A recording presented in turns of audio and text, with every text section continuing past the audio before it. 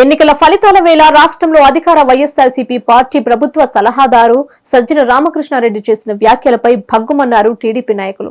సజ్జల వ్యాఖ్యలు సభ్య సమాజం, ప్రజాస్వామ్యవాదులు అసహ్యించుకునే స్థితిలో ఉన్నాయని, రాష్ట్ర వ్యాప్తంగా ఎన్డీఏ కూటమి అధికారంలోకి వస్తున్న వాతావరణం పూర్తి స్థాయిలో నెలకొందని, అందుకే ఓర్వలేక ఇలాంటివన్నీ చేస్తున్నారన్నారు టీడీపీ నాయకురాలు డాక్టర్ అరుణకుమారి. సజ్జలు చేసిన వ్యాఖ్యలపై తీవ్ర స్థాయిలో మండిపడ్డారు అరుణకుమారి. హత్యలు, దౌర్జన్యాలు చేసే వైఎస్ఆర్సీపీ పార్టీ నాయకులు ఏ విధంగా ఇలా మాట్లాడగలుగుతున్నారని మండిపడ్డారు. సజ్జల మీద క్రిమినల్ కేసులు కాదు, సంఘ విద్రోహ చర్చలకు పాల్పడుతున్నారని రాష్ట్రం నుంచి వెలియాలన్నారు. ఒక సలహాదారుడిగా, ఒక పెద్ద మనిషిగా ఉండవలసిన ఆయన ఇలాంటి సలహాలు ఇచ్చేది సిగ్గుండాలి సజ్జలకని తీవ్ర వ్యాఖ్యలు చేశారు. మొన్న సజ్జలు ఇచ్చిన స్టేట్మెంట్ గురించి డాక్టర్ అరుణకుమార్ గారు మన దగ్గర ఉన్నారు. వారితో అడిగి డీటెయిల్గా తెలుసుకున్న ప్రయత్నం చేద్దాం. మేడం, నిన్న ఇచ్చిన సజ్జల గురించి దాని నుంచి మీ స్పందన ఏంటి? సజ్జల గారు వాళ్ళు బహిరంగంగా బయటపడడం జరిగింది. ఎలాగో అధికారం కోల్పోబోతున్నాము, ఏమైనా చేసైనా సరే మనం అధికారంలోకి రావాలనే ఉద్దేశం చేత ఆయన రెచ్చగొడతా ఉన్నారు. అంటే వాళ్ళకు మామూలుగా వాళ్ళ కుటుంబ నేపథ్యంలో కూడా రౌడీయిజమే. వాళ్ళు రాజకీయవేత్తలు ఎవరు కూడా కాదు ఇప్పుడున్నటువంటి ఈ నాయకుల్లోన. కేవలం అధికారం కోసం ఏమైనా చేయడానికి సిద్ధంగా ఉన్నారు. అందులో భాగంగానే ఆ హత్యలు అవన్నీ కూడాను, వాళ్ళ చెల్లెలను హింసించిన, వాళ్ళ చిన్నాన్నని చంపిన అవన్నీ కూడా అందులో భాగంగానే ఉంటుంది. వాళ్ళు హింసిస్తున్నారు ఒకటి, కానీ మీ పార్టీలో కూడా సరైన ఆదరణ లేదని చెప్పి పార్టీ వాళ్ళకు మోసిన వాళ్ళకు కూడా టికెట్ రాలేదని చెప్పి రీసెంట్గా ఆకులపోగు ప్రభాకర్ కూడా సూసైడ్ చేసుకోవడానికి ప్రయత్నం జరిగింది. అది ప్రభాకర్ విషయం మీరు చెప్పింది కరెక్టే, కానీ కొన్ని ఈక్వేషన్స్ వల్ల, కొన్ని కారణాల వల్ల ఆర్థికంగా కొంచెం ప్రభాకర్ ఆర్థికంగా అంత స్పందన లేదు. కాబట్టి ఆ సీటు మనకు పటిష్టం కావాలంటే అవతల ఉన్నది ఒక ఆదిమూలపు సురేష్ రాక్షసుడు. అలాంటి వాళ్ళ తమ్ముడు ఆదిమూలపు సతీష్ వాళ్ళ యంత్రాంగాన్ని ఉపయోగిస్తారు, అలాగే భారీగా డబ్బును కూడా దుర్వినియోగం చేస్తారు. వాటికి ప్రభాకర్ తట్టుకోలేడనే విషయం చేత మన దస్తగిరిని నియమించడం జరిగింది, దస్తగిరిని అనుకోవడం జరిగింది. అలాగే ఇంకొకటి ఏంటంటే అందరి అభిప్రాయాల మేరకు కూడా చాలా వరకు దస్తగిరికి సపోర్ట్ చేశారు చాలామంది కూడా. ఆ విషయంలో కూడా వాళ్ళ మాట తీసేసి అందుకని వ్యతిరేకం కాకూడదనే ఉద్దేశం చేత కూడా సీటు ఆలోచించడం జరిగింది. తర్వాత గవర్నమెంట్ వచ్చిన తర్వాత ప్రభాకర్కి న్యాయం చేస్తామని చెప్పడం కూడా జరిగింది. దస్తగిరి కూడా పెద్ద ఉన్నత వ్యక్తి కాదు, అతను కూడా ఏదో సేన్లు కూతబెట్టి ఏదో అమ్మబెట్టి పార్టీలో ఖర్చు పెట్టారని చెప్పి టాక్ వస్తుంది. అది ఎంతవరకు కరెక్ట్ కాదు.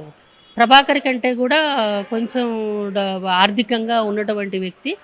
కొంతమంది ప్రభాకర్ని వ్యతిరేకించడంలో కొన్ని అంతర్గత విషయాలవి, అలాగే దస్తగిరిని సపోర్ట్ చేయడంలో కూడా అవి అంతర్గత విషయమైనా కూడా చాలామంది బలమైన నాయకులు దస్తగిరిని సపోర్ట్ చేయడం జరిగింది. అది దస్తగిరికి ప్లస్ అయ్యింది. ఈ నేపథ్యంలో ఒక్క సీటు పోయినా కూడా మనకు కష్టంగా ఉంటుంది అనే ఈ క్లిష్ట పరిస్థితుల్లో మన చంద్రబాబు నాయుడు గారు ఆ నిర్ణయం తీసుకోవడం జరిగింది, అందరినీ సమన్వయపరచాలనే ఉద్దేశం చేత. ఈ రేపు కౌంటింగ్లప్పుడు ఏ పార్టీ వస్తే బాగుంటుంది అనుకుంటున్నారు? కూటమి వస్తుందా లేకుంటే వైసీపీ వస్తుందా? 100% మాకు ఎలాంటి డౌట్ లేదు. మెజారిటీ కోసం ఆలోచిస్తున్నాము తప్ప మాకు గవర్నమెంట్ ఫామ్ అయిందనే మా ఉద్దేశం, మా లెక్క కూడా. 100% కూడా చంద్రబాబు నాయుడు గారు 9వ తారీఖున ప్రమాణ స్వీకారం చేస్తున్నారు. సజ్జల గారు రెచ్చగొట్టే విధంగా మాట్లాడుతున్నారు. మీరు ఆ రెచ్చిపోయేదానికి సమయంగా పాటిస్తారా? మీరు కూడా రెచ్చిపోతారా? సామవేద దండోపాయం అనే ఉద్దేశం చేత సమయాన్ని బట్టి సమయస్ఫూర్తిగా మేము కూడా వ్యవహరించాల్సి ఉంటుంది. ఆ రోజు గాంధీ గారు ఒక చెంప మీద కొడితే ఇంకొక చెంప చూపించమన్నారు.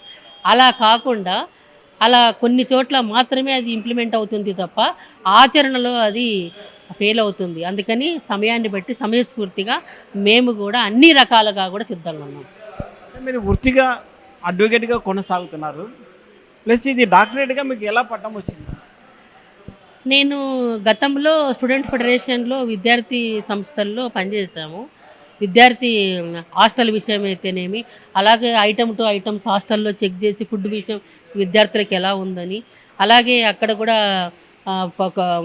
కొన్ని పదవుల్లో మనం పనిచేస్తున్నాం కాబట్టి బాధ్యతలుగా అది ముళ్ళ కిరీటం అనుకున్నాం, పదవి అనుకోలేదు. దానికి అనుకూలంగా మనం విద్యార్థులకు అన్ని విధాలా కూడా సమన్వయం జరగాలని పోరాటం చేశాము. అలాగే పావలా వడ్డీ విషయంలో పొదుపు గ్రూప్స్లో కూడా పనిచేసాము. సమైక్యాంధ్ర ఉద్యమంలో కీలకమైనటువంటి పాత్ర పోషించాం. అలాగే అంగన్వాడీ వర్కర్స్ జీతాల విషయంలో కానీ ఏదైనా కూడా పనిచేసాం. గతంలో స్వచ్ఛంద సంస్థల్లో జన విజ్ఞాన వేదిక అని మూఢనమ్మకాలకు వ్యతిరేకంగా పనిచేసే సంస్థలో రాష్ట్ర సమతా కన్వీనర్గా 9 సంవత్సరాలు పనిచేయడం జరిగింది.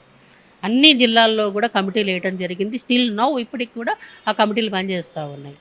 కాబట్టి మనం రాజకీయాల్లో కూడా ఒక విలువైన రాజకీయాలు చేయాలని ఈ మొత్తం కూడా ఈ మహిళలను కూడా ఎవరైతే రాజకీయాల్లో చిన్నచూపు చూస్తారో అలా కాకుండా మహిళలకు పెద్దపీట వేయాలని, అలాంటి ఆలోచనలు ప్రక్షాళన గావించాలని వచ్చిన వాళ్ళం రాజకీయాల్లో. ఈ నేపథ్యంలో కొన్ని టీములు పనిచేసి నా పట్ల డాక్టరేట్ ఇవ్వడం జరిగింది. అమెరికా సంయుక్త రాష్ట్ర ద కింగ్స్ యూనివర్సిటీ అబ్దుల్ కలాంకి ఇచ్చినటువంటి. అందుకని డాక్టర్ అరుణకుమారిగా పిలుస్తున్నారు. లాయర్గా జరిగింది ఏంటంటే, నాకు 2 పిల్లలు పుట్టిన తర్వాత, 2 పిల్లలు అయిన తర్వాత, ఒక అమ్మాయి డాక్టర్, ఒక అమ్మాయి సాఫ్ట్వేరు, పార్టీ పిలుపు కోసం లా చేయడం జరిగింది. అప్పుడు అలా ఫస్ట్ క్లాస్లో పాస్ కావడం జరిగింది. తర్వాత ఇంట్లో అయినా పంచాయతీలు ఇప్పటికీ జరుగుతున్నాయి. అక్కడ కూడా కోర్టుకు వెళ్ళినా కూడా ఫీజు తీసుకోకుండా వాదిస్తానని ఆ రోజు చెప్పడం జరిగింది సమావేశంలో. అందుకని ఇంకా అట్లాగే ఈ పంచాయతీలు చూస్తూ న్యాయం చేస్తూ ఇలాగే కొనసాగుతూ ఉన్నాం. అంటే మేడం, ఇప్పుడు మీరు లాయర్గా వృత్తిగా మీ దగ్గరకు వచ్చిన న్యాయం కానీ అన్యాయం కానీ ఎలాంటి ఫీజు లేకోకుండా మీరు ఇంతవరకు చేస్తాను అన్నాను. కానీ ఈ రాజకీయ ఒత్తిడి అయితేనేమి, సమయం లేకపోవడం అయితేనేమి, ఈ ఇంటి దగ్గర వ్యవహారాలు ఇంటి దగ్గరికే రావడం, కార్యకర్తలు అందరూ అయితేనేమి కోర్టుకు వెళ్ళాల్సిన పరిస్థితి లేకుండా కేవలం పార్టీ పిలుపు కోసం లాయర్ చేయడం జరిగింది.